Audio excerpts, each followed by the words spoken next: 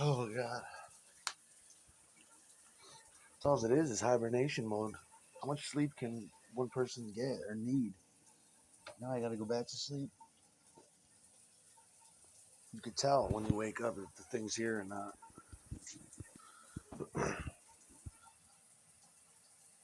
How'd I get into Spy versus Spy?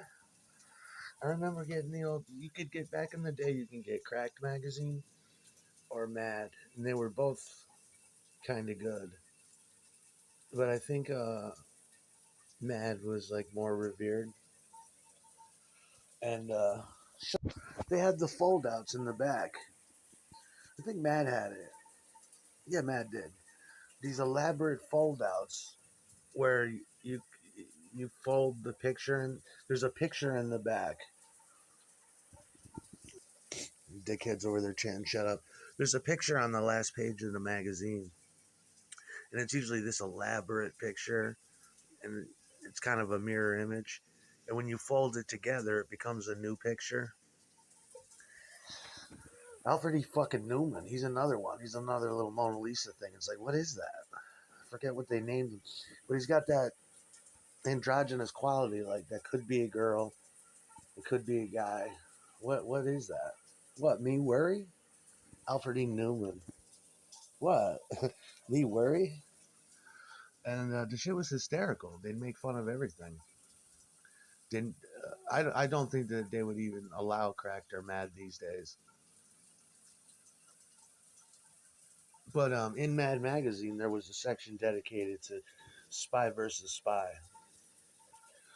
Um, these two cartoon, these two cartoon spies that would do terrible shit to each other. They'd dump acid on each other, and they would turn to a skeleton. They'd stab each other, electrocute one another, set bombs off, blow each other the fuck up. Very violent. Spy versus Spy. They usually had knives though that they carried, cloak and dagger. But it was extremely violent. Yeah, it was extremely fucking violent for a cartoon. And there was a cool video game that came out for like Commodore 64 or Commodore 128 or Amiga. Remember the Amiga? I wanted one of those so fucking bad. The Amiga, oh, that thing was great. The Amiga came with the VIC 20, the Commodore 64, and the Commodore 128 built in. 3 computers in one. The Commodore Amiga. I wanted that thing so fucking bad. Or 4 computers, and I think the 4th platform, when you switch it, a little switch goes to the Amiga mode. So you can play, so you could play like all those games and shit on one platform. Spy versus Spy was one of them. It was a 2-player game. You could play against a computer too. Yeah, I loved it. It was great. Alfred E. Newman. What? Me worry? Who's that? Will Sasso, Ari Spears, Nicole Sullivan, and a couple other ones in that TV show. Used to love that TV show.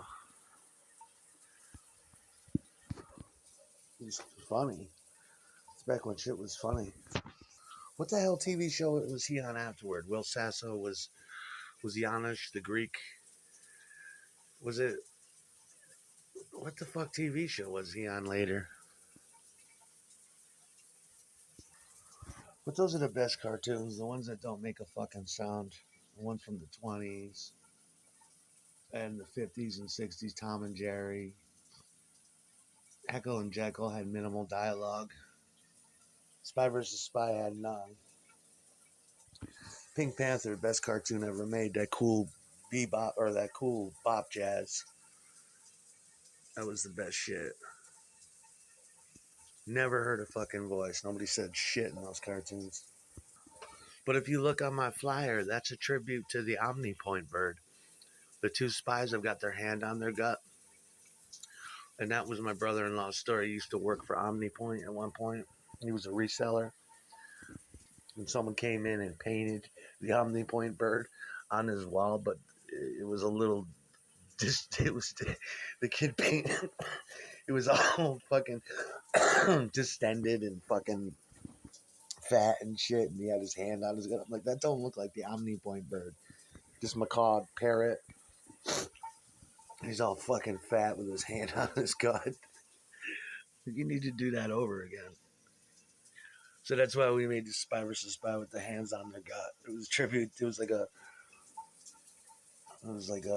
Da Vinci tribute to the omnipoint bird. Yeah, it was ultra violent. Spy versus Spy. They'd hook the one of the spies would hook up electricity to a bucket full of water. The other spy would come, put his hand in, and turn to a skeleton, get electrocuted. It's extremely fucking violent.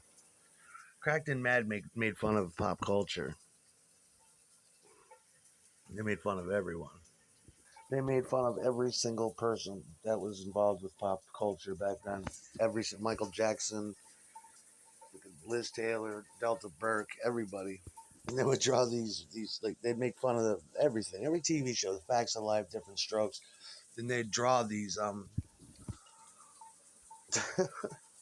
they would just draw these twisted versions of like whatever was on TV that year. These twisted pictures of Nancy McKeon looking all twisted, Mrs. Garrett. Oh, just the crazy shit. I used to get amused at garage sales.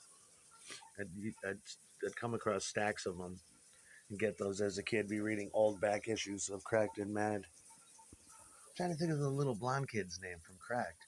Did he have a name? I think he did. I don't remember it. But Alfred E. Newman was a little bastard. He looks satanic, doesn't he? With the fucking look on his face, the little freckles, the orange hair. Little bastard. Yeah, to me, Mad Magazine was satanic. Especially with Alfred E. Newman. Fucking satanic. What does devil may care mean?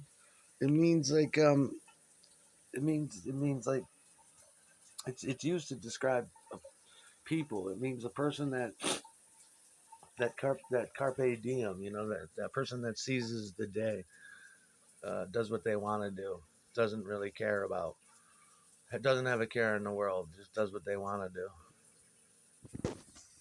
I never understood that video game that came out afterward.